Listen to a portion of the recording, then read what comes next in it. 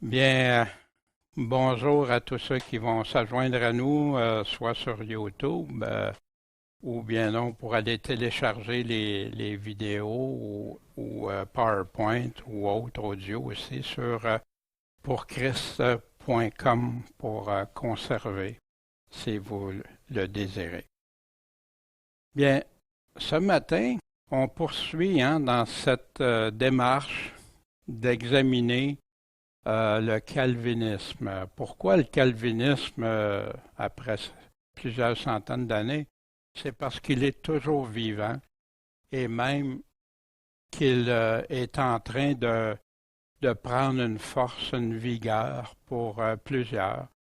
Puis je crois que c'est bien compréhensible parce que plusieurs voient ce qui se passe dans les églises et cherchent un endroit où on va parler de choses qui sont plus disciplinées, je devrais dire. Fait que donc, mais en arrière de ça, nous, on examine la parole de Dieu, qu'est-ce qu'elle dit.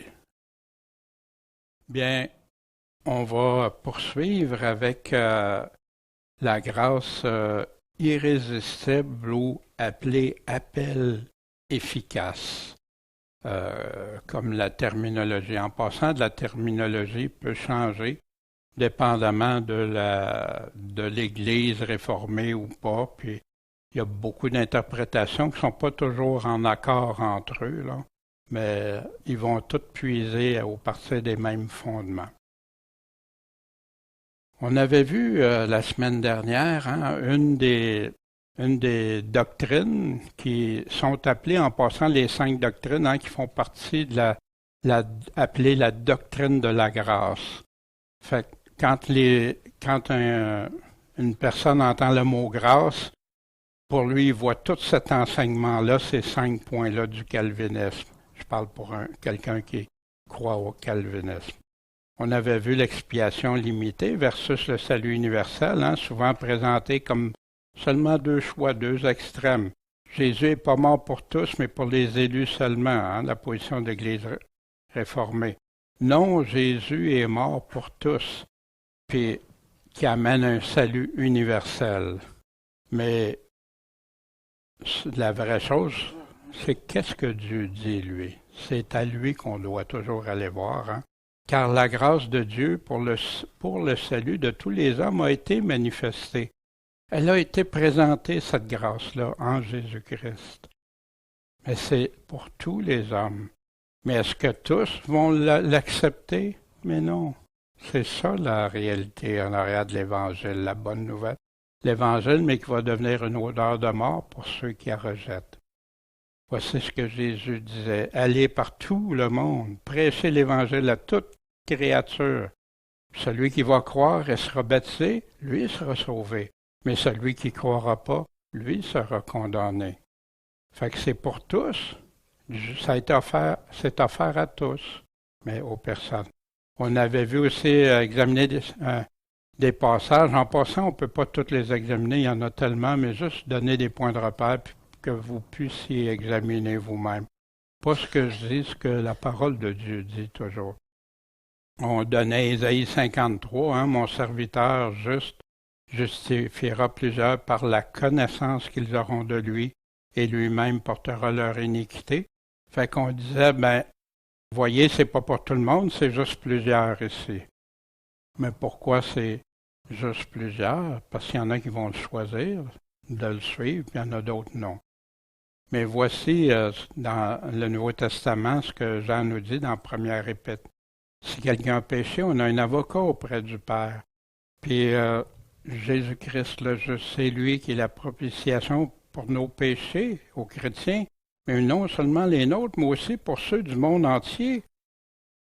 Mais ceux qui veulent accepter. Par ceci, on sait qu'on l'a connu, parce que là, dans le texte d'Ésaïe, on disait qu'on l'a connu, savoir si nous gardons ses commandements. Celui qui dit qu'il ne garde pas ses commandements, puis qu'il l'a connu, c'est un menteur, la vérité est pour en lui.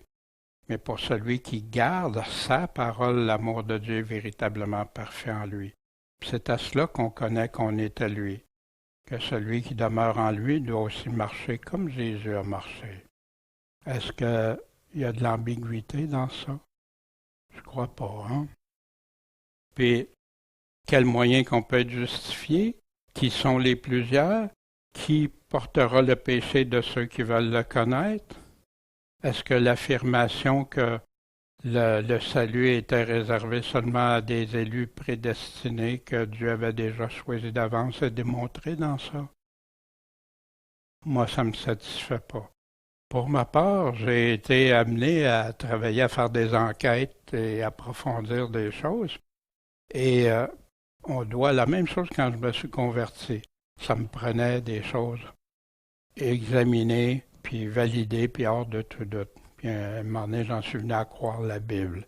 Puis après, pour cheminer, il fallait que j'ai la preuve que Dieu le dit. La grâce est irrésistible. Vu qu'on va parler de grâce, la grâce de Dieu est essentielle pour notre salut. Quelqu'un qui dirait, moi, je n'ai pas besoin de la grâce de Dieu, hein? C'est cette faveur, sans cette faveur-là que Dieu nous a offert, personne n'aurait accès au salut. Cette grâce est manifestée en Jésus-Christ qui s'est donné par amour pour racheter tous ceux et celles qui veulent se repentir et se convertir. Jésus dit lui-même, « Repentez-vous, convertissez-vous, sinon vous ne connaîtrez pas le royaume des cieux. » Puis de le suivre et marcher avec lui. Il nous permet d'accéder au trône de sa grâce avec assurance. Allons donc avec confiance au trône de la grâce afin d'obtenir miséricorde. La grâce et la miséricorde, c'est la faveur que Dieu nous accorde et trouver grâce pour être secouru dans les temps convenables. Cette grâce, c'est le pardon de Dieu pour nos péchés. On va le voir, Jésus nous en parle. Sa grande miséricorde envers nous. La grâce de Dieu est offerte à tous, mais peu choisissent de devenir vainqueurs. Celui qui vaincra héritera toutes choses. Je serai son Dieu, puis il sera mon fils. C'est parce que tu as la grâce de Dieu, la faveur de Dieu, sinon c'est impossible. Mais il nous dit de vaincre, hein, comme Jésus nous rappelle. Mais à quel endroit qu'on trouve la grâce irrésistible dans le sens qu'on nous dit?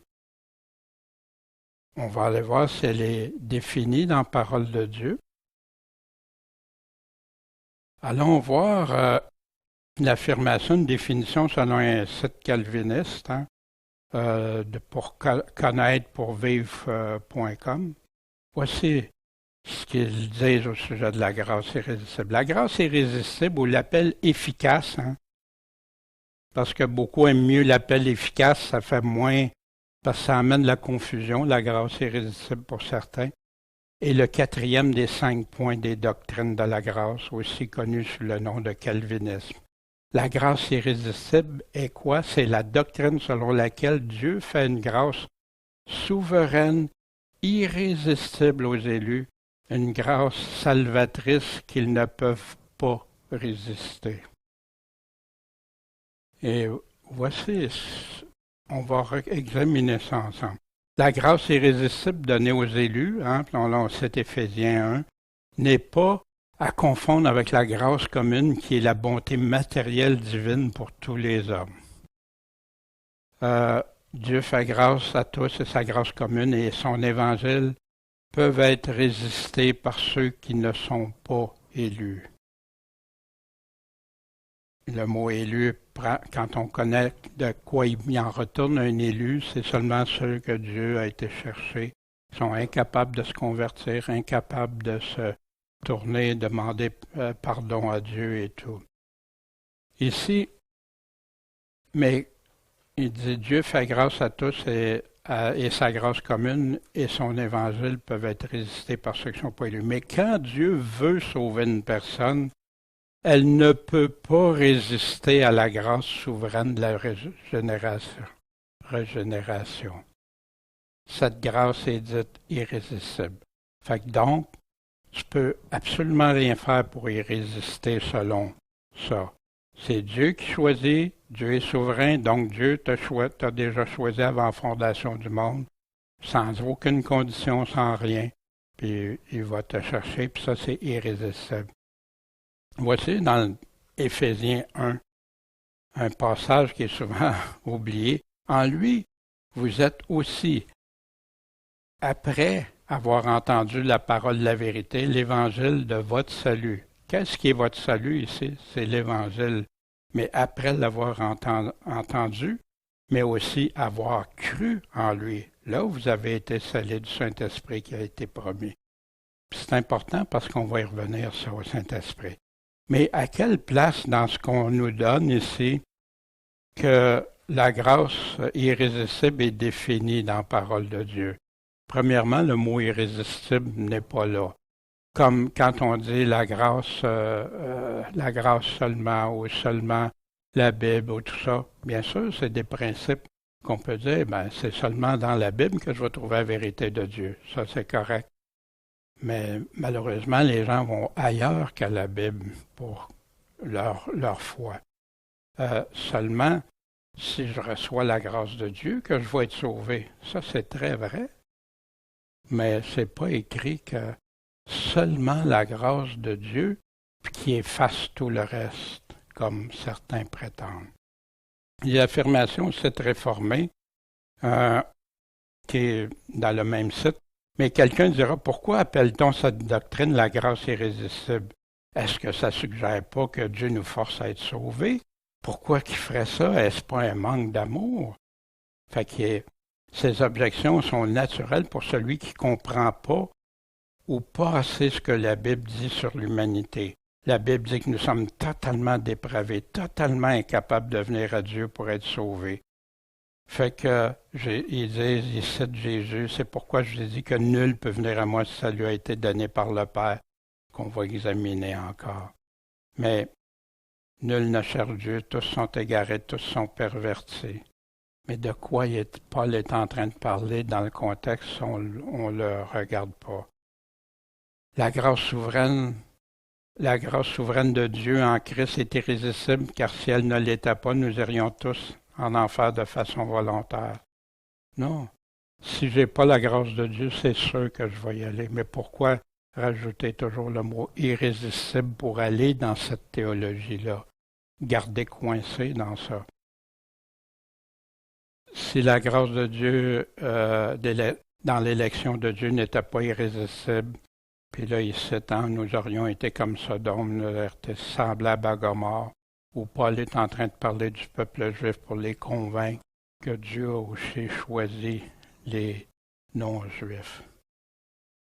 Puis, alléluia, Éphésiens 2, la vérité, les hommes sont dans l'erreur. Fait que pour eux, c'est de citer que les autres sont dans l'erreur, ceux qui ne comprennent pas assez, qui n'ont pas assez, qui ne connaissent pas la grâce irrésistible, mais qui est toute rattachée, que tu ne pourras jamais venir à Dieu. Que l'élection est choisie d'avance, tu ne peux rien y changer. Tout ça s'imbrique les uns dans les autres. Fait que quand tu sépares les choses, ça passe mieux, mais quand tu rattaches tout ça ensemble, ça contredit complètement la bonne nouvelle que Jésus-Christ voulait nous responsabiliser pour croire. Ici, un autre site, puis je prends des sites québécois dans lesquels il y a beaucoup qui vont voir, qui suivent ou qui sont dans ces églises-là. Peut-on résister à l'appel de Dieu? Ça, c'est la question numéro 51. Ils répondent à plusieurs questions. La réponse, l'homme ne peut que résister à l'appel de Dieu. Pourquoi? Parce qu'il est mort jusqu'à ce qu'il soit régénéré et irrésistiblement attiré à Dieu. Fait que c'est Dieu qui choisit. Mais voici le passage en question qu'on nous donne, Jean 5, 25. Le Père ne juge personne, mais il a donné au Fils tout le jugement, afin que tous honorent le Fils comme ils honorent le Père. Celui qui n'honore pas le Fils n'honore pas le Père qui l'a envoyé. Puis, en vérité, je vous dis que celui qui écoute ma parole et qui croit en celui qui m'a envoyé a la vie éternelle, et il ne vient pas en jugement, mais il est passé de la mort à la vie. Et voici le fameux verset 25 pour prouver que l'homme peut que résister à l'appel de Dieu. En vérité, je vous le dis, le temps vient et il est déjà venu que les morts entendront la voix du Fils de Dieu et que ceux qui l'auront entendu vivront. De quoi est en train de parler ici? De la résurrection, mais on me donne ce passage-là comme réponse, première réponse à ma question, est-ce que l'appel de Dieu? Puis je ne suis pas en train de me moquer, je veux juste attirer comment c'est facile des fois que les gens, on leur dit un verset, on lui cite une référence, puis qu'on ne va pas examiner, puis surtout on n'examine pas le contexte, de quoi il en retourne. Puis il dit, hein, comme le Père a la vie en lui-même, il a donné au Fils d'avoir la vie en lui-même. Puis, voici la conclusion. Car l'heure vient que tous ceux qui sont dans les sépulcres entendront sa voix et sortiront, savoir ceux qui auront bien fait en résurrection de vie et ceux qui auront mal fait en résurrection de condamnation. En quoi ça me confirme que je résiste à l'appel de Dieu? Où est-ce qu'on le retrouve? C'est sûrement pas dans le texte qu'on me présente. Puis c'est comme ça dans beaucoup de systèmes théologiques. Ici, voici, continuez à répondre. Précisons qu'il n'est pas question de n'importe quel appel de Dieu en vue d'un service quelconque, mais de l'appel au salut. Fait que là, il y a une distinction entre l'appel général et l'appel efficace, qui va nous permettre d'apporter d'importantes précisions. Regardons, premièrement dans la Bible, regardons premièrement comment le paragraphe 2 décrit ce que nous appelons parfois la grâce irrésistible de Dieu. Voyez-vous encore le même piège. Pourquoi pas aller à celui qui a les paroles de la vie éternelle seulement? Puis en passant, ceux qui vont aux paroles de la vie éternelle seulement avant ne croient pas ces choses-là. Non, ça ne marche plus. Là. Il y a quelque chose qui est incohérent. Reste en cohérence des Écritures. Cet appel efficace procède de la seule grâce de Dieu, libre et spéciale, et en rien quelque chose qui aurait été vu à l'avance en l'homme, ni d'un pouvoir ou d'une opération quelconque en la créature coopérant avec sa grâce spéciale. Et ça veut dire, l'homme, zéro affaire dans ça. L'homme est entièrement passif, puisqu'il est mort dans ses péchés. Mais oui, il est dans l'incapacité totale. On revient tout le temps à un raisonnement circulaire à partir du péché d'Adam, vous vous souvenez? Et il est mort dans ses péchés, ses transgressions, jusqu'à ce qu'il soit vivifié et renouvelé par le Saint-Esprit. Ça, c'est vrai qu'on est mort. Tant que le Saint-Esprit ne nous a pas donné, on est mort spirituellement, on va vivre spirituellement après par l'Esprit Saint. Mais il y a des choses à faire avant que ça arrive. Il est alors rendu capable de répondre à l'appel et accueillir la grâce qui est offerte et communiquée, et cela par une puissance non moins grande que celle qui a ressuscité Jésus d'entre les morts. Voici, l'homme n'a rien à faire. Dieu y accorde sa grâce avant même. Dieu y accorde le Saint-Esprit avant que ce soit repenti, avant qu'il ait réalisé qu'il avait offensé Dieu, avant que les choses que Jésus avait dit de faire pour les apôtres. Puis là, bien sûr, on appelle la puissance non moins grande que celle qui a ressuscité Jésus d'entre les morts. Fait que, wow, là, c'est la grandeur de Dieu. C'est vrai, c'est la grandeur de Dieu, mais utilisée pourquoi? Pour convaincre les personnes que qu'est-ce qui est dit là est vrai. On se sert de Dieu pour ça. Mais voici où on trouve tout cela clairement dans les paroles de Dieu, que c'est une grâce spéciale, que c'est l'appel efficace, que l'homme est passif, qui n'a rien à faire dans tout ça. Allons voir si c'est clairement en accord, parce que l'homme est entièrement passif. Voici les premiers chrétiens après les apôtres, les premiers fondements de l'Église de Jésus-Christ. Ayant entendu ces choses, ils furent touchés de componction dans leur cœur. Ils ont été touchés eux-mêmes dans leur propre cœur parce qu'ils avaient entendu Pierre ce qu'il leur avait dit qui était arrivé, puis tout ça, puis que Jésus avait été crucifié. Puis ils dirent à Pierre et aux autres apôtres, hommes, frères, que ferons-nous? Pierre leur dit, restez absolument passifs.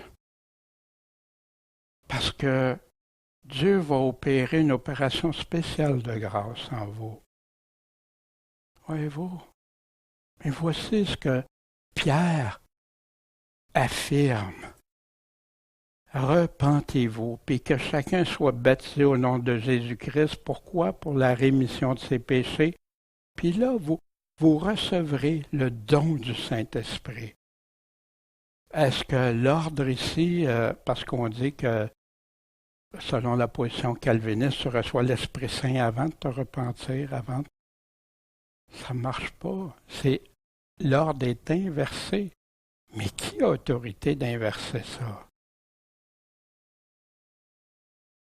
Puis, la promesse a été faite à vous et à tous ceux qui sont éloignés, autant que le Seigneur notre Dieu en appellera. Ah, tu vois, c'est Dieu qui appelle. Mais oui, Dieu appelle, l'Évangile est là pour ça. C'est comme ça qu'il nous appelle à lui. C'est comme ça, puis celui qui va croire. Il les conjurait par plusieurs autres discours, les exhortait. Sauvez-vous de cette race perverse. Ça va avec la repentance. Donc, ceux qui ont reçu de bon cœur sa parole, non, c'est incapacité totale de recevoir, furent baptisés ce jour-là. Fait qu'avant d'être baptisés, qu'est-ce qu'ils ont dû faire? Se repentir. Puis 3000 âmes furent ajoutées aux disciples. Ils ont-ils tous accepté? Non, parce qu'il y en avait encore plus qui étaient à Jérusalem. Ils persévéraient dans quoi? Dans la doctrine des apôtres, la doctrine de Jésus-Christ, dans la communion et dans la fraction du pain et les prières. Selon le fondement de l'Église, c'est que doivent faire ces premiers chrétiens pour être sauvés? Repentez-vous, soyez baptisés, croyez. Sauvez-vous de cette race perverse. Pourquoi ils doivent se repentir avant d'être baptisés, avant de recevoir le don de Dieu, le Saint-Esprit? Parce que c'est la condition que Dieu a donnée. C'est la condition que Jésus lui-même, le Fils de Dieu, a dit, repentez-vous et convertissez-vous si vous voulez connaître le royaume des cieux. Sans ça, pas de royaume pour vous. Comment Jésus appelle-t-il, sinon par son évangile, à recevoir ou à rejeter? Quand l'évangile aurait été changé, qui l'a fait? On continue toujours la même question. Pourtant, l'Écriture ne dit-elle pas que nous avons tous été élus selon la prescience de Dieu le Père? Fait qu'on nous donne ici tout de suite une explication. Le mot prescience ne signifie pas simplement savoir d'avance, mais c'est connaître et aimer d'avance. Mais quand je regarde pour le mot prescience, c'est pas ça que le dictionnaire dit. C'est pas ça que le mot dit, c'est connaître d'avance. Mais ici, on ajoute quelque chose. Est-ce que c'est vrai? L'idée n'est pas que Dieu a su d'avance qui allait croire, mais plutôt qu'il fut d'avance en communion avec eux, avec ceux qui allaient croire. Dieu est une des qui croient Dieu. Et une des raisons pour laquelle l'élection au salut est inconditionnelle, que Dieu t'a choisi sans aucune condition, et l'incapacité de l'homme dessus pour se convertir avant d'être régénéré, pour pouvoir répondre à l'appel de Dieu. L'homme est entièrement passif, puisqu'il est mort dans ses péchés. Qu'est-ce qu'un inconverti? Un inconverti, c'est quelqu'un qui retient coupablement la vérité captive, qui ne peut rien recevoir de l'Esprit de Dieu puisqu'il considère l'Évangile comme une folie repoussante. Puis là, on cite des passages. Il est incapable d'obéir à Dieu, de croire en lui. Il n'a pas reçu l'amour de la vérité pour être sauvé. 2 Thessaloniciens en passant qui parle de ceux dans le temps de l'Antéchrist. comment un tel homme qui, d'après le verdict des Écritures, est mort dans son péché, pourrait-il se convertir ou même se préparer à la conversion? Ben, c'est plein de conversions dans le Nouveau Testament, puis ils n'étaient pas dans la grâce de Dieu avant.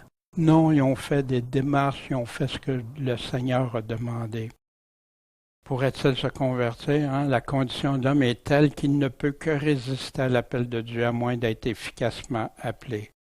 Voici je profitais de le garder, celui-là, pour démontrer que quand il y a un mot qui est là, puis on y ajoute plein d'autres concepts autour, non, c'est Dieu. La grâce est devenue plein de concepts autour qui ne sont pas écrits dans la Bible.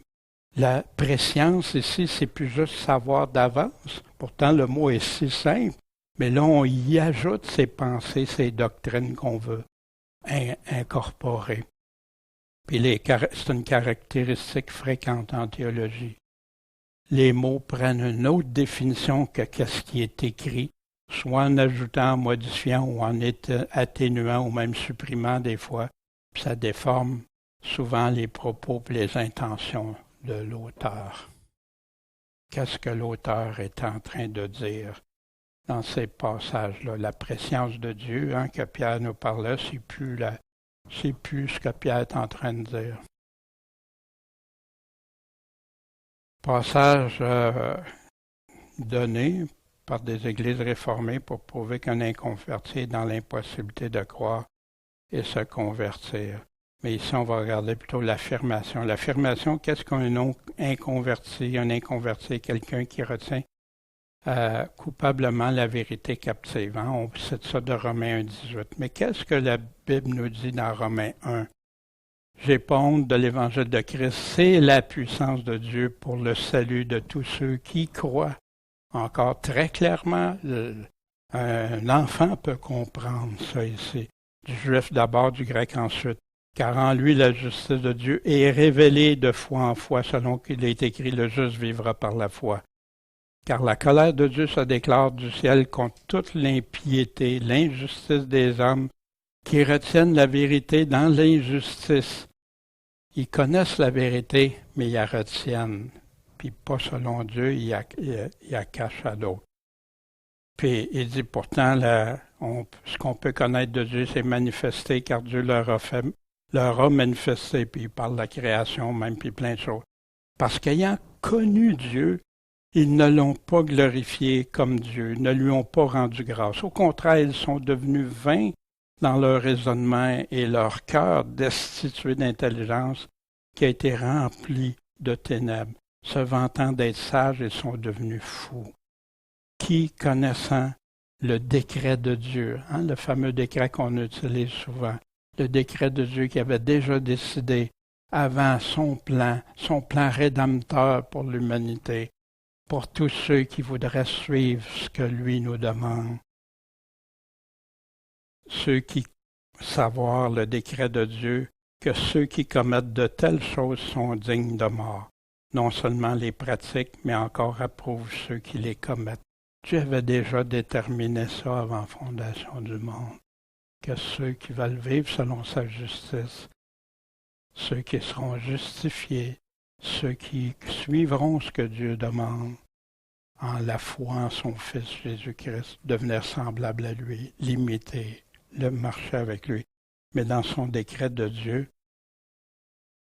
et ceux qui ne sont pas, qui ne veulent pas. Mais voici, on va regarder, toi, ô homme, qui que tu sois que tu juges, tu es inexcusable parce que tu juges les autres, tu te condamnes toi-même. Pourquoi tu te condamnes? Puisque toi qui juges, tu fais les mêmes choses. Fait que tu es en train, puis si vous allez lire le texte, vous allez voir toutes les abominations qui sont décrites là. Car nous savons que le jugement de Dieu contre ceux qui commettent de telles choses est selon la vérité. Penses-tu aux hommes qui jugent et qui commettent de telles choses? Qui les commet, tu échapperas au jugement de Dieu. Ou méprises-tu les richesses de sa bonté et de sa patience? Souvenez, parce que ici, l'inconverti, c'est quelqu'un qui retient la vérité, hein, captive, puis qui marche dans le péché, puis qui tout ça, puis que ceux qui jugent les autres, mais qui font la même affaire, que sont aussi coupables, hein, la poutre et tout ça. Mais méprises-tu les richesses de sa bonté, de sa patience et de son long support, la grande patience de Dieu, ne reconnaissant pas capable de reconnaître que la bonté de Dieu te demande quoi? Te convie à te repentir, à la repentance. Mais par ton endurcissement et ton cœur impénitent, tu t'amasses un trésor de colère. Dieu qui va rendre à chacun selon ses œuvres, savoir la vie éternelle à ceux qui, persévérant dans les bonnes œuvres, il est souvent oublié ce passage-là dans Romains. Pourtant, c'est Paul dans Romains qui dit ça, cherche la gloire, l'honneur et l'immortalité, mais l'indignation et la colère aux contentieux, les rebelles à ça, et à ceux qui sont rebelles à la vérité, qui obéissent à l'injustice. Fait qu'ici, tout ça de dire que ça, c'est des inconvertis, mais ces inconvertis-là, qu'est-ce que Dieu leur dit? Il les convie, il est patient envers eux, il les convie à la repentance. C'est-tu lui qui arrive et qui va leur imposer sa grâce? Ou s'il attend plutôt qu'ils en viennent à la repentance pour après avoir sa grâce. Puis merci Dieu d'être patient. Et il a été envers moi, c'est souvent. Merci Seigneur. Et dans la question encore, puis je prends des choses que les chrétiens d'aujourd'hui lisent ou plusieurs, en tout cas, suivent ces enseignements-là. J'ai un de mes amis qui est décédé maintenant, mais qui m'avait appelé. « Ah, Daniel, il faut que tu... Absolument, je vais t'envoyer des livres sur ça, puis tu vas voir, tu vas comprendre. » Pourquoi avoir besoin autre que la Bible pour comprendre? Un chrétien aujourd'hui avec une Bible puis sa concordance peut être mieux équipé que plein de théologiens qui se contredisent à toutes sortes de sauces. La distinction de l'appel général puis l'appel efficace, hein, ils font une distinction. Puis ils disent, ben là, tu vois, tu peux être appelé, tu peux résister. Puis de l'autre côté, ben tu peux être appelé, puis tu peux pas résister. Tu sais, c'est ici, fait que c'est l'appel général externe. Fait que ça, hein, Dieu peut parler à tout le monde, de se repentir, tout ça, mais c'est juste quand il y a l'appel efficace. La régénération est comparée à une naissance irrésistible. La naissance n'est pas un acte de volonté, celui qui est engendré, naître de Dieu, ben oui, ça c'est sûr. Hein, quand on est de nouveau, ben, Dieu nous fait naître de nouveau. Mais c'est parce qu'on a écouté, on va le voir ce que Jésus en dit de ça. Puisqu'elle s'opère par une puissance non moins grande que celle encore ressuscité Jésus des morts. Mais la puissance, je n'ai pas honte de l'évangile de Christ, c'est la puissance de Dieu. C'est quoi la puissance de Dieu? L'évangile. Mais ici, oui, la puissance de Dieu pour la résurrection. Amen. Amen, on aspire tous à ça. Mais ici, la puissance de Dieu est encore utilisée pour confirmer leur dire d'en haut. Mais c'est hors contexte complètement. Où est-ce qu'on retrouve la réponse à la question posée? Dans ces textes-là encore, ben vous pourrez les regarder, c'est pour ça que je les laisse sur le PowerPoint s'il y en a qui veulent. Mais pour ma part, en tout cas, j'en ai eu assez de. C'est difficile pour moi de retourner dans la théologie que j'avais déjà adhéré à, puis que après tu te rends compte que tu as été trompé par des gens que tu faisais confiance, par des gens que tu pensais qu'ils connaissaient mieux la vérité que toi-même. Mais c'est Jésus qui a les paroles de la vérité. Fait qu'ici, hein, il dit le Jean 6, 37 en question qu'on donne, hein, pourquoi il est impossible de résister. Et Jésus leur a répondu, je suis le pain de vie. Celui qui vient à moi n'aura jamais faim. En passant, remarquez, celui qui vient à moi n'aura jamais faim. Celui qui croit en moi n'aura jamais soif. Mais je vous l'ai dit, vous m'avez vu, puis vous croyez pas. Voici le fameux verset qu'on nous donne. Tout ce que le Père me donne viendra en moi et je ne mettrai pas dehors celui qui vient à moi. Et on avait déjà vu ça. Pourquoi que le Père, c'est le Père qui va donner, il est écrit dans les prophètes, ils seront tous enseignés de Dieu. Quiconque a écouté le Père et a été instruit par lui, vient à moi. C'est la parole de Dieu. C'est dans sa parole qu'on est instruit de Dieu. C'est par lui. Puis Dieu le Père a dit, celui-ci est mon Fils bien-aimé, c'est lui qu'on écoute, écoutez-le. Moïse avait prédit, écoutez-le dans tout ce qu'il vous dira. C'est l'esprit qui vivifie. La chair sert de rien. C'est quoi l'esprit qui vivifie? Les paroles que je vous dis sont esprit et vie. Ces paroles de Jésus. Mais ils ne croient pas. C'est la raison pourquoi ils ne peuvent pas aller au Père. Puis Jésus nous le confirme. Il y en a parmi vous qui ne croient pas. Parce que Jésus savait dès le commencement qui étaient ceux qui ne croyaient pas. Puis qui était celui qui le trahirait en passant un élu que Jésus lui-même avait choisi, avait élu. Et qui est Judas. C'est à cause de cela que je vous ai dit que personne ne peut venir à moi, celui-là ne pas être donné par le Père, parce que vous ne voulez pas croire, tout simplement. On trouve-tu ça? Cette affirmation-là que c'est impossible de résister à son Esprit Saint, c'est ça qu'on lit dans ce texte-là. L'affirmation encore, comment cela est impossible de résister au Saint-Esprit? Voici, Jésus dit que si un homme ne naît d'eau et d'esprit, il ne peut entrer dans le royaume de Dieu. Ce qui est né de la chair est chair, ce qui est né de l'esprit est esprit. Ne t'étonne pas de ce que je t'ai dit, il faut que vous naissiez de nouveau.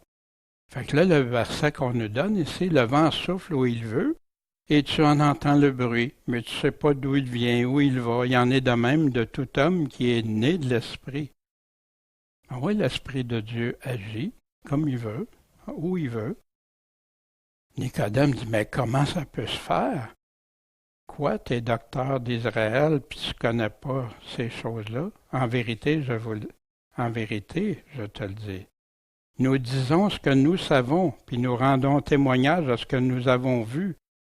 Mais vous ne recevez pas notre témoignage, vous ne voulez pas croire. C'est ça que Jésus va nous donner l'explication d'être de nouveau.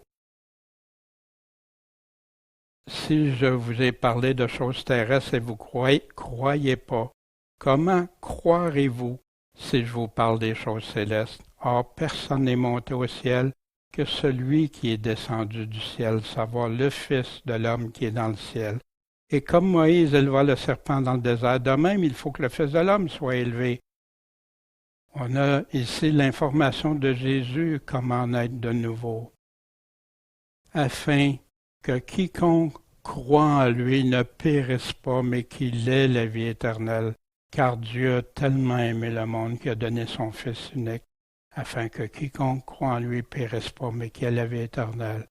Puis ensuite, il continue, ceux qui ne veulent pas venir à la lumière, puis pourquoi qu'ils ne veulent pas, puis tout ça. Fait que, quel enseignement Jésus donne à Nicodème ici vraiment, quand tu regardes dans son contexte? À quoi Jésus est en train de le diriger quand il lui parle de naître de nouveau? Pourquoi croire en lui nous fait naître de l'esprit? Ses paroles sont esprit et vie. Il est celui en qui nous devons croire pour avoir cette nouvelle naissance. Les choses anciennes passées. Repens-toi, convertis-toi, suis-moi. Être régénéré ou naître de nouveau, voici ce que Pierre nous dit. Ayant purifié vos âmes, comment? En obéissant à la vérité, par l'Esprit. Oui, parce que l'Esprit Saint a donné la parole de Dieu. Par l'Esprit, on va mettre en pratique ce qu'on obéit. Parce qu'avant d'obéir, il faut que tu l'aies lu, il faut que tu l'aies entendu. Tu n'obéis pas comme ça à une vérité quelconque, non. Pour avoir un amour fraternel sans hypocrisie, aimez-vous avec constance les uns les autres d'un cœur pur. Puis vous vous souvenez pourquoi j'ai parlé des fruits de Jean Calvin aussi, où les gens vont chercher leur enseignement sur la grâce. Quelle tristesse! Quand j'ai appris ça, moi, ça m'a renversé. Ça m'a jeté à terre, puis j'ai dit, Seigneur, plus jamais je veux croire à des hommes qui disent, qui parlent de toi, mais qui portent des fruits comme ça. Tu nous l'as dit toi-même, de ne pas se laisser séduire. Et voici comment on est régénéré. Étant régénéré, non par une semence corruptible, mais par une semence incorruptible. Tu ne peux pas la corrompre, cette semence-là. C'est quoi cette semence-là? Par la parole de Dieu, la parole pure, éprouvée de Dieu, qui vit et qui demeure éternellement. Puis là, il parle en toute chair, ça va disparaître, les hommes, ça va disparaître, ça tombe.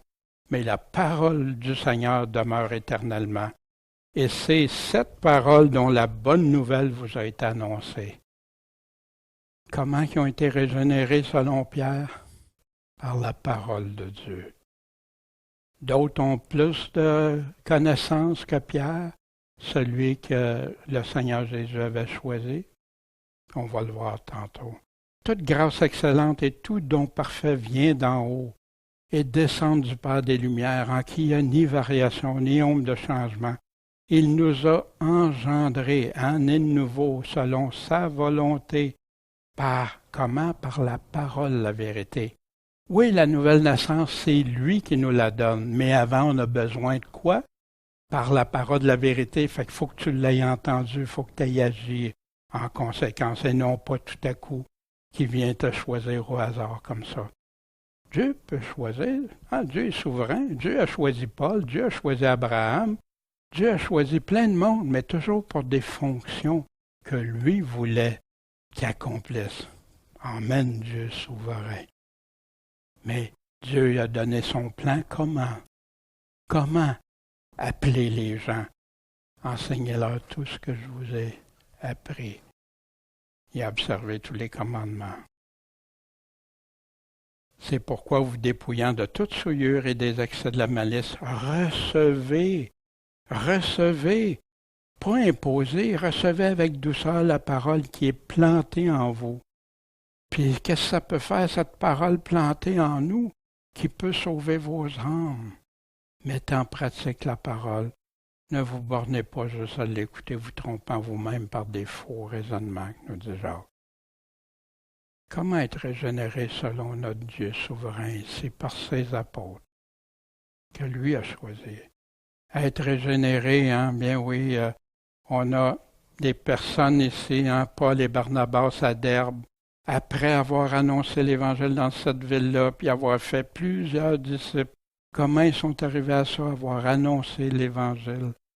Et fortifiant l'esprit des disciples, les exhortant à persévérer dans la foi, leur représentant que c'est par beaucoup d'afflictions qu'il nous faut entrer dans le royaume de Dieu. On n'entend pas ça souvent, mais un engagement pour Christ, c'est un engagement. Puis oui, tu vas subir des choses en contrepartie. Puis, ils ont établi des anciens dans chaque église, puis les recommandant au Seigneur en qui ils avaient cru. Vous remarquez ici, ce n'est pas le Seigneur qui les a fait croire. Eux ont cru.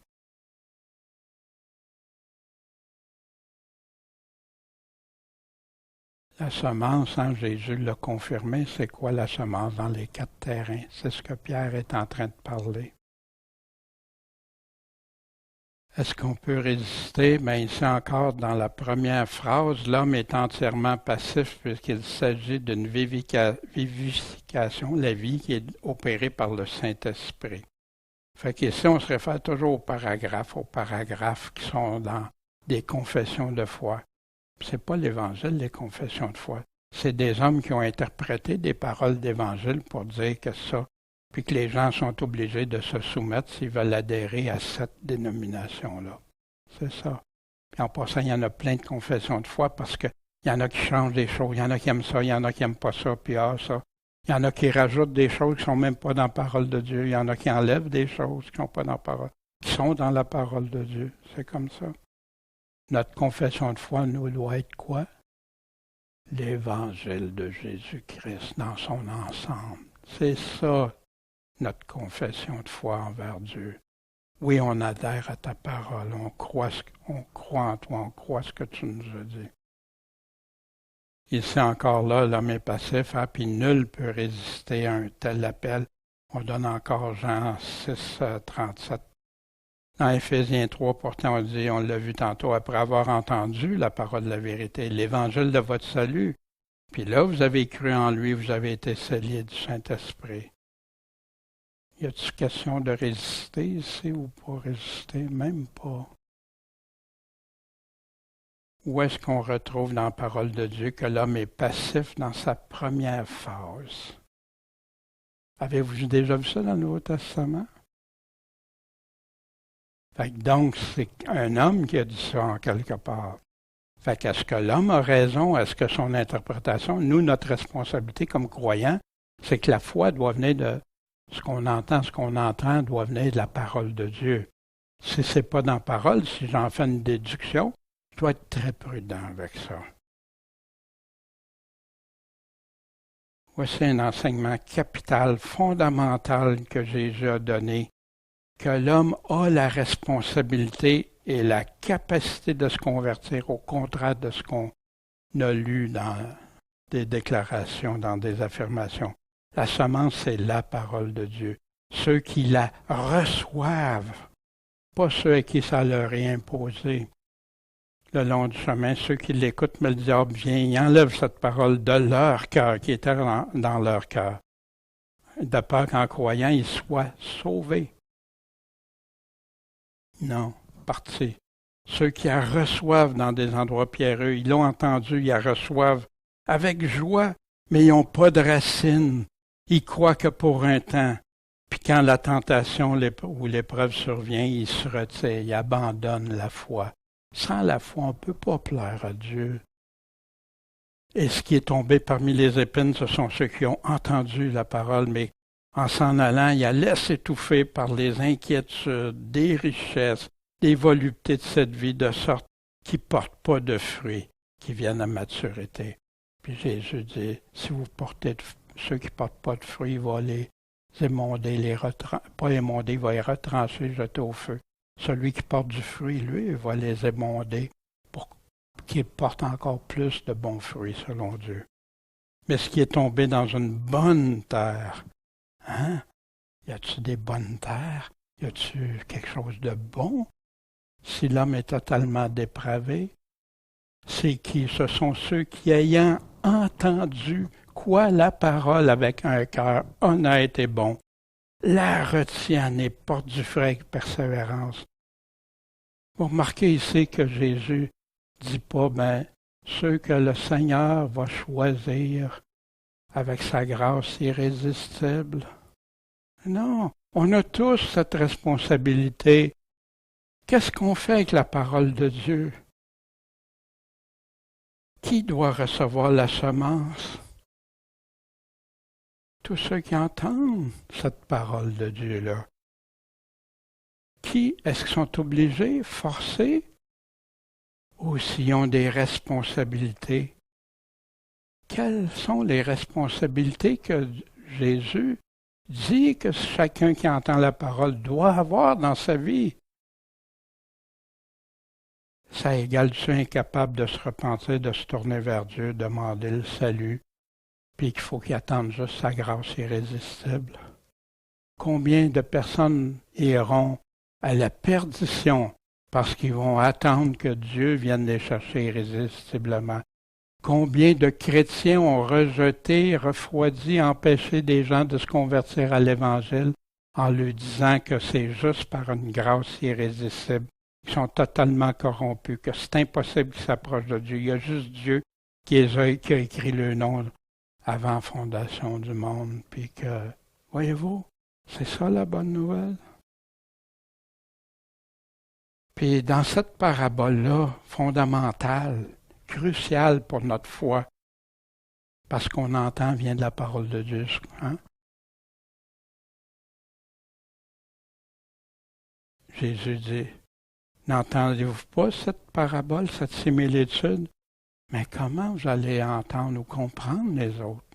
Parce que c'est ça que les disciples... explique-nous, dis-nous ce que ça veut dire. Entendre ici, c'est comprendre. Comment, si tu ne comprends pas cela, que Jésus dit, tout simplement, tu vas comprendre le reste de l'Évangile, puis enseigner aux autres que c'est le vrai, véritable Évangile.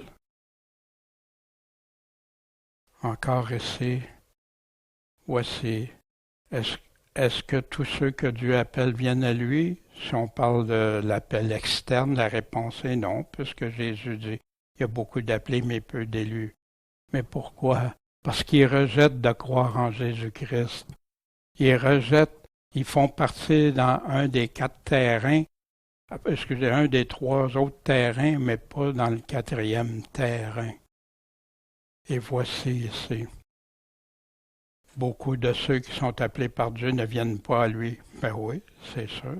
Cependant, il y a d'autres passages où les appelés ne peuvent pas être définis simplement comme étant ceux qui entendent l'Évangile, mais sont nécessairement ceux qui ont été efficacement appelés par Dieu et irrésistiblement régénérés par lui, sans que l'homme puisse avoir rien à faire. Les appelés sont synonymes de sauver. La seule façon d'expliquer ces 2 sortes d'appelés est la distinction entre les 2 sortes d'appels, le résistible et irrésistible. Voyez-vous, ça tourne en rond, ça ramène à des concepts humains. Voici, est-ce une grâce irrésistible ou l'appel efficace? Comment recevoir sa grâce, recevoir son Esprit Saint? Parce qu'ils mettent ça que c'est l'Esprit Saint qui vient te donner sa grâce, qui vient te saisir pour après t'amener à croire, à te repentir et tout. Voici Jésus qui dit, moi je vous dis, demandez, on vous donnera. Cherchez, vous trouverez. Frappez, on vous ouvrira. Parce que quiconque demande reçoit, qui cherche trouve, et on ouvrira celui qui frappe. Qui est le père d'entre vous qui va donner à son fils une pierre quand il demande du pain, ou un poisson, puis etc., un œuf, il va donner un scorpion? Donc, si vous êtes mauvais, savez donner de bonnes choses à vos enfants, hein? Nous, comparés au Père. Combien plus votre Père céleste donnera-t-il le Saint-Esprit irrésistiblement ou à ceux qui lui demandent? Puis Jésus nous a expliqué comment recevoir son Esprit Saint, comment demander. L'homme est passif dans ça. Voyez-vous, mais je sais que je retape sur le clou, mais c'est ça. Puis je souhaite que si toi qui écoutes, tu as été entraîné dans ça, que tu regardes ce que Dieu dit avant ce que les hommes disent. Regarde Jésus. Je demande à personne, moi, d'être en accord avec moi, mais d'être en accord avec Jésus. Pourquoi? Parce que c'est toujours là la source de la vérité. Puis, si Jésus l'a dit, puis nous, on dit exactement comme lui, amen. Mais si on change ce qu'il a dit, ne me croyez même pas. Croyez, mais croyez toujours Jésus. Moi, l'amour de la vérité nous amène à même... Ça vous est arrivé de faire des erreurs? Moi, ça m'arrive. Si je commets une erreur, puis que un frère me le souligne ou tout ça, je me rends compte, oui, c'est vrai, Seigneur. Ben, l'amour de la vérité va faire que tu auras... Ouais, ça te fait pas plaisir parce que t'aimes, hein, dire toutes les choses, mais l'amour de la vérité va t'amener à corriger ça. Et non pas t'embourber ou masquer ça encore plus avec d'autres choses. Voici ce que Jésus disait. Si quelqu'un a soif, qu'il vienne à moi, qu'il boive. À qui? Pourquoi on ne doit pas attendre qu'on soit attiré irrésistiblement? Voici celui qui croit en moi, des fleuves d'eau vive couleront de son sein, comme dit l'Écriture. Or, il dit cela À propos de quoi? De l'Esprit que devait recevoir qui? Ceux qui croiraient en lui. Parce que le Saint-Esprit n'avait pas encore été donné, parce que Jésus n'avait pas encore été glorifié. Mais à qui le Saint-Esprit? Ceux qui vont croire. C'est une condition de croire pour recevoir l'Esprit Saint. Est-ce qu'ils étaient tous passifs entièrement, sans aucune démarche, sans pouvoir accepter parce qu'ils sont trop corrompus, sans demander, croire au préalable?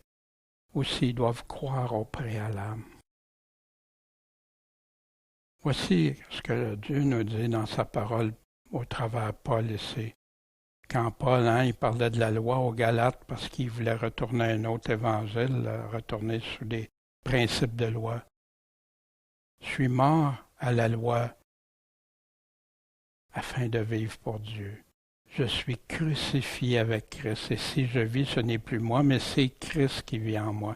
Et si je vis encore dans la chair, je vis dans la foi au Fils de Dieu qui m'a aimé, puis qui s'est donné lui-même pour moi.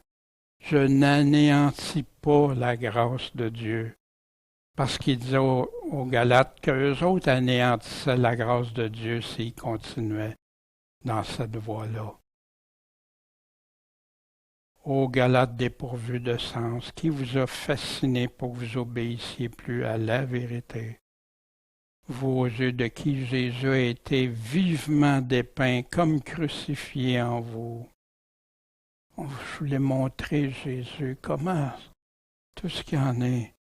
Je veux savoir de vous cette seule chose. Remarquez, avez-vous reçu l'Esprit par les œuvres de la loi ou par la grâce irrésistible? Non, ou par la prédication de la foi.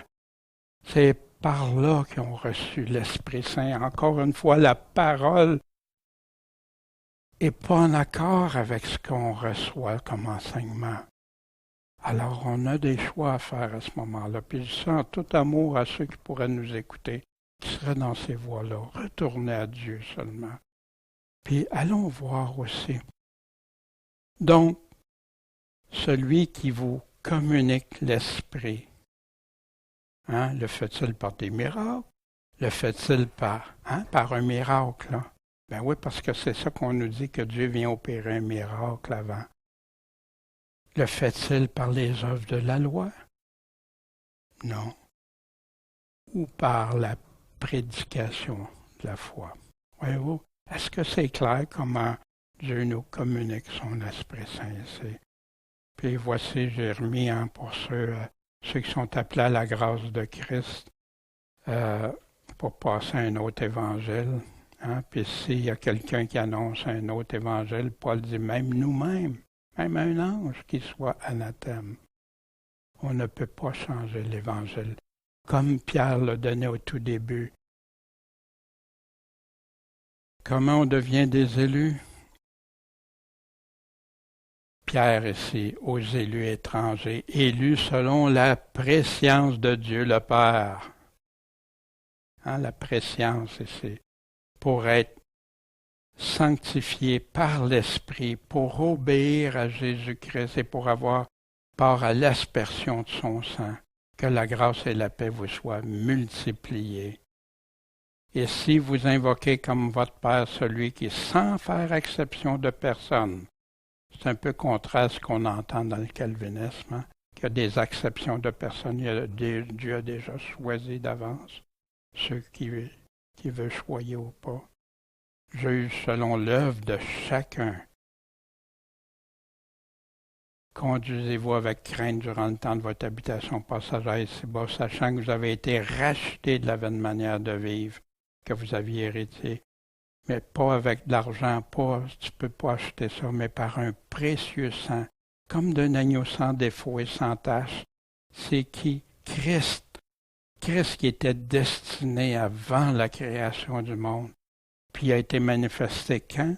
Dans les derniers temps à cause de vous, qui par lui croyait en Dieu, qui l'a ressuscité des morts, afin que votre foi et votre espérance fussent en Dieu, ayant purifié vos âmes, en obéissant à la vérité par l'Esprit, ce qu'on a vu tantôt. pour avoir un amour fraternel et sans hypocrisie. Aimez-vous avec constance les uns les autres d'un cœur pur, étant régénérés non par une semence corruptible, mais par une semence incorruptible par la parole de Dieu, qui vit et qui demeure éternellement. Bien, comment on devient élu? Pierre s'adresse aux élus ici, puis leur rappelle la façon. La parabole qui parle de la grâce. La grâce de Dieu, c'est que Jésus enseigne, mais qui est souvent interprétée de toutes sortes d'autres façons. La grâce, la faveur, pardonner, la miséricorde, voici ce que Jésus enseigne. C'est pourquoi le royaume des cieux est semblable il donne une comparaison, semblable à un roi qui voulait compter avec ses serviteurs.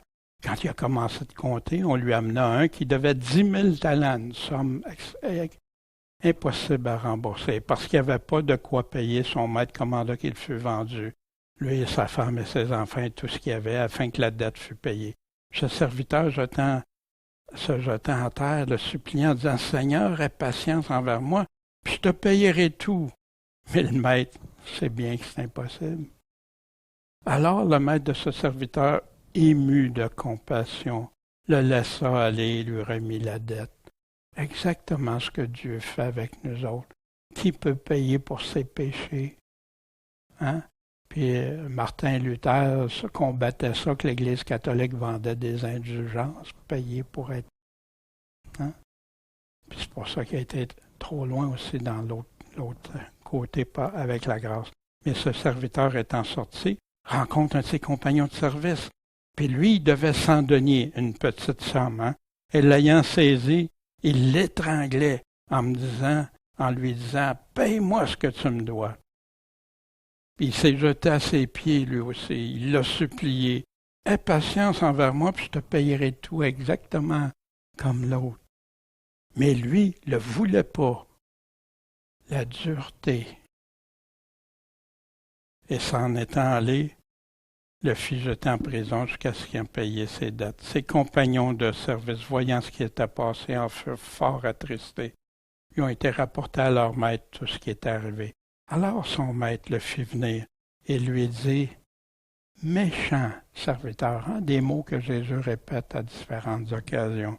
Je t'avais remis toute cette dette, pardonné, effacé, tout ça, parce que tu m'en avais prié, exactement comme nous quand on va demander pardon au Seigneur. Ces dettes que c'est impossible de payer et remplacer. Ne fallait-il pas aussi avoir pitié de ton compagnon, accorder ta grâce à ton compagnon de service, comme j'avais eu pitié de toi? » Son maître étant irrité, le livra au sergent jusqu'à ce qu'il eût payé tout ce qu'il devait. Puis on sait que c'est impossible, surtout emprisonné. C'est ainsi que vous fera mon Père céleste, si vous ne pardonnez pas à chacun, vous ne pardonnez pas chacun de vous de tout son cœur à son frère ses fautes. Comme Dieu nous accorde sa grâce, sa miséricorde, c'est ça, sa grâce, sa faveur qu'il nous a offert. Mais Jésus l'exprime très bien ici, la grâce du Père. Celui qui peut accorder la grâce ici, Voici Pierre qui s'est élevé dans Actes. Vous savez qu'il y a longtemps que Dieu m'a choisi d'entre nous. Jésus l'avait déjà déterminé afin que les gentils, les non-juifs entendent de ma bouche la parole de l'Évangile et qu'ils croient. Fait qu'il y en a qui disent, il y a juste Paul. Non, non. Paul a été oui, après il a dit, oui, j'ai tout donné aux Juifs, vous ne voulez pas m'écouter, je m'en vais. Puis oui, on dit Paul l'apôtre des gentils, parce qu'il a été partout plus loin que où Pierre avait été ici. Puis et Dieu qui connaît les cœurs leur a rendu témoignage en leur donnant le Saint-Esprit aussi bien qu'à nous. Il parlait quand il avait été chez Corneille, sa famille et ses serviteurs. Il n'a pas fait de différence entre nous et eux. Il n'a pas fait d'exception de personne. Ayant purifié leur cœur, comment? Par la foi, par croire encore. Maintenant, donc, pourquoi tentez-vous Dieu en imposant aux disciples un joug que ni nos pères ni nous n'avons la force de porter? Mais nous croyons que nous serons sauvés. Comment? Par la grâce du Seigneur Jésus-Christ, de même qu'eux. Il le met au futur, au retour de Jésus-Christ. Voici dans Acte 20, Paul qui dit, je vous recommande à Dieu, à la parole de sa grâce, lui qui peut vous édifier, vous donner l'héritage à tous les saints. Est-ce qu'on voit la grâce irrésistible ou une grâce de bonté que Dieu veut nous accorder à ceux qui lui obéissent? Jésus, le salut éternel à ceux qui lui obéissent, dans Hébreux 5.9. Bien-aimés, plein de zèle, touchant notre salut commun, vous exhortez à combattre pour la foi, combattre pour croire, cette foi qui a été donnée une fois aux saints il y a déjà 2000 ans. Il s'est glissé parmi vous certains hommes dont la condamnation est écrite depuis longtemps, des impies qui changent la grâce de notre Dieu en dissolution. C'est plus ça, sa grâce. Hein? Paul en parlait aux Galates, Pierre en parlait. Jude, ici, en parle, qui renie Dieu, le seul dominateur, le seul boss, et Jésus-Christ, notre Seigneur. La grâce de Dieu pour tous les hommes a été manifestée. Cette grâce-là qui a été manifestée, c'est en Jésus-Christ. Jésus-Christ.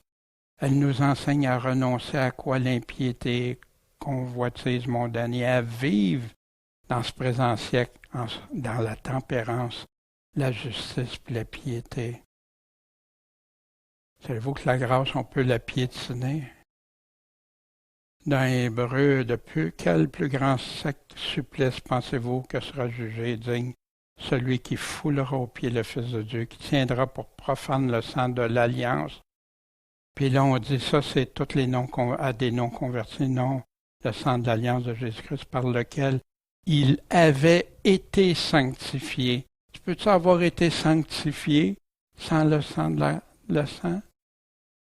Non, tu l'avais été, puis qui outragera l'esprit de la grâce.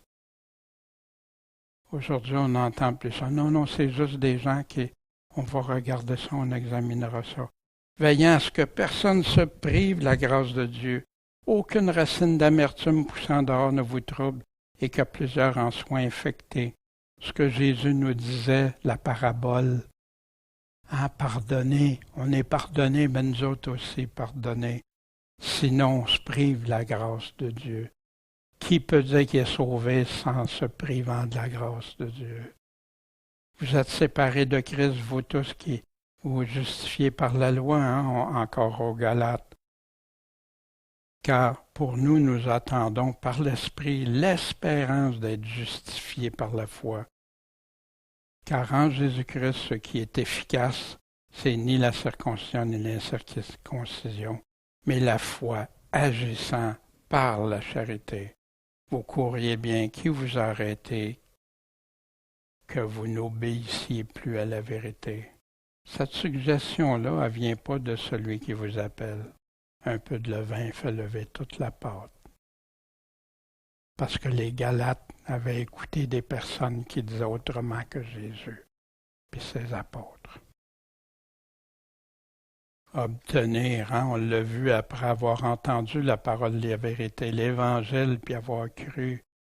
Dans Éphésiens 2.4, hein, nous sommes son ouvrage ayant été créé en Jésus-Christ, hein, cette nouvelle naissance pour les bonnes œuvres que Dieu a préparées d'avance, afin qu'on y marche. Puis Dieu avait déjà déterminé quand Jésus serait le salut. Pour être ensemble, ceux qui voudraient être ensemble, ils ont des responsabilités. Ce que j'essaie d'amener, la parole, c'est une eau pure. Toute parole de Dieu est épurée, un bouclier pour ceux qui ont en lui leur refuge. Ajoute rien à ces paroles de peur qui te reprennent et que tu sois trouvé menteur. les paroles d'un tel ajoutées aux paroles pures de Dieu. Wow! Voici ce qu'il a dit. Il a dit tellement mieux que Jésus. Là, je comprends tout le sens caché. Parce qu'il y a souvent, en arrière de ces doctrines-là, toujours un mystère que seuls eux comprennent, peuvent comprendre, puis que là, toi, tu n'es pas encore rendu à assez croire ou comprendre la théologie d'un autre. Hein? Il nous explique tellement mieux, bien mieux que la Bible. La Bible s'est rendue si compliquée. Puis oui, puis combien de fois j'ai rencontré des gens, je lis ma Bible, mais ça ne me parle plus comme avant. As-tu essayé de juste mettre de côté tous tes livres, tes vidéos, tout ce que tu as, puis juste lire ta parole? Puis à chaque fois, les gens, par la suite, disaient « Wow! Ah, c'est redevenu clair, Jésus parle. » Hein? Puis j'aimerais, Éric, que tu nous lises justement comment obtenir la grâce de Dieu selon sa parole dans Proverbe 3. Que la miséricorde et la vérité ne t'abandonnent point. Lis-les à ton cou, écris-les sur l'étape de ton cœur, et tu obtiendras la grâce et une grande sagesse aux yeux de Dieu et des hommes.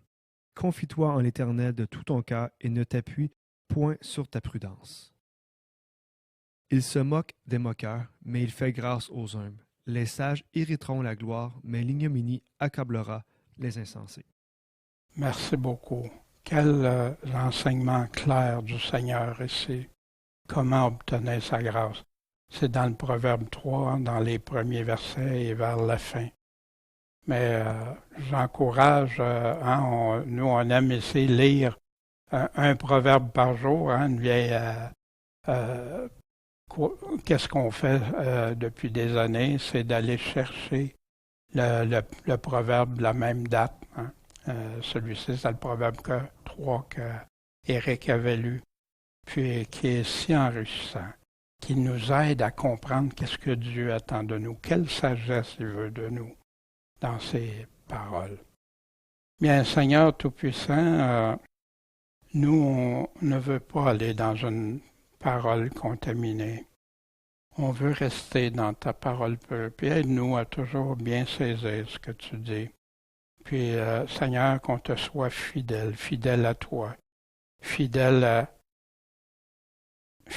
ce que toi tu nous dis, fidèle avec des cœurs ouverts à entendre toi. Mais aide-nous à sortir du tourne-disque, Seigneur, dans les sillons que les hommes ont tracés souvent, qui nous empêchent de comprendre, de voir. Puis Seigneur, je te prie pour tous les frères et sœurs qui sincèrement cherchent ta vérité, mais qui sont confus. C'est le but de ces enseignements-là, Seigneur, que tu puisses les aider, mais c'est par ta parole. La foi vient de toi, Seigneur, de tes paroles. Notre foi ne peut être basée sur autre chose que ça. Et on sait qu'un jour, c'est à toi qu'on va rendre des comptes. Puis tu nous dis que ta parole va être un des instruments principaux auxquels on aura à répondre devant toi. Fait que Seigneur, merci, béni sois-tu. Et on t'aime, on veut te suivre. Puis garde-nous dans ta main, parce qu'on veut te suivre, t'écouter. Amen.